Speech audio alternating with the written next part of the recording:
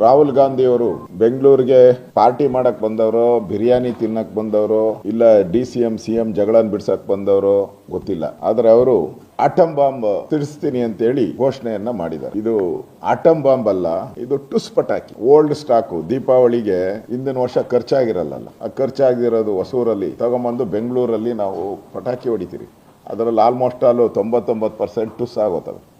ಇದೊಂದು ಟುಸ್ ಪಟಾಕಿ, atom bomb ಅಲ್ಲ, ಇದೊಂದು ಟುಸ್ ಪಟಾಕಿ. ನೀವು ಚುನಾವಣಾ ಆಕ್ಟ್ ಏನು ಬಂದಿದೆ, ರೆಪ್ರೆಸೆಂಟೇಟಿವ್ ಆಫ್ ಪೀಪಲ್ ಆಕ್ಟ್ 1950, ಅವಾಗ ಯಾವ ಸರ್ಕಾರ ಇತ್ತು? ಕಾಂಗ್ರೆಸ್ ಸರ್ಕಾರ.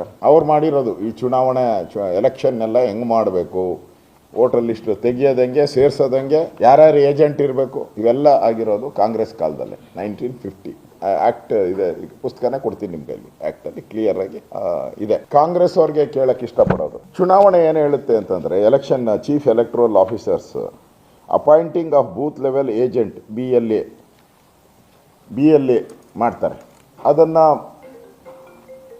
ರೆಕಗ್ನೈಸ್ ಪಾರ್ಟಿಯ ಅಧ್ಯಕ್ಷರು ಯಾರಿರ್ತಾರೆ ಅಲ್ಲಿ, ಕಾಂಗ್ರೆಸ್ ಪಾರ್ಟಿ, BJP, JDS ಇಲ್ಲಿ ಕರ್ನಾಟಕದಲ್ಲಿ, ಅವರು ಅವರ ಬೂತ್ಗೆ BLA ಯಾರು ಅಂತ ಸರ್ಟಿಫೈ ಮಾಡಿ ಅವ್ರನ್ನ ಹೆಸರನ್ನ ಕೊಡುವಂಥದ್ದು ಅವರು. ಇಲ್ಲಿ ಯಾರು? ಕಾಂಗ್ರೆಸ್ ಅವರೇ ಕೊಟ್ಟವ್ರೆ. ಪ್ರತಿ ಬೂತ್ಗೂ BLAನ ಕಾಂಗ್ರೆಸ್ ಅವರೇ ಕೊಟ್ಟಿರೋದು, BJP ಅವರಲ್ಲ, ಮೋದಿಯವರಲ್ಲ.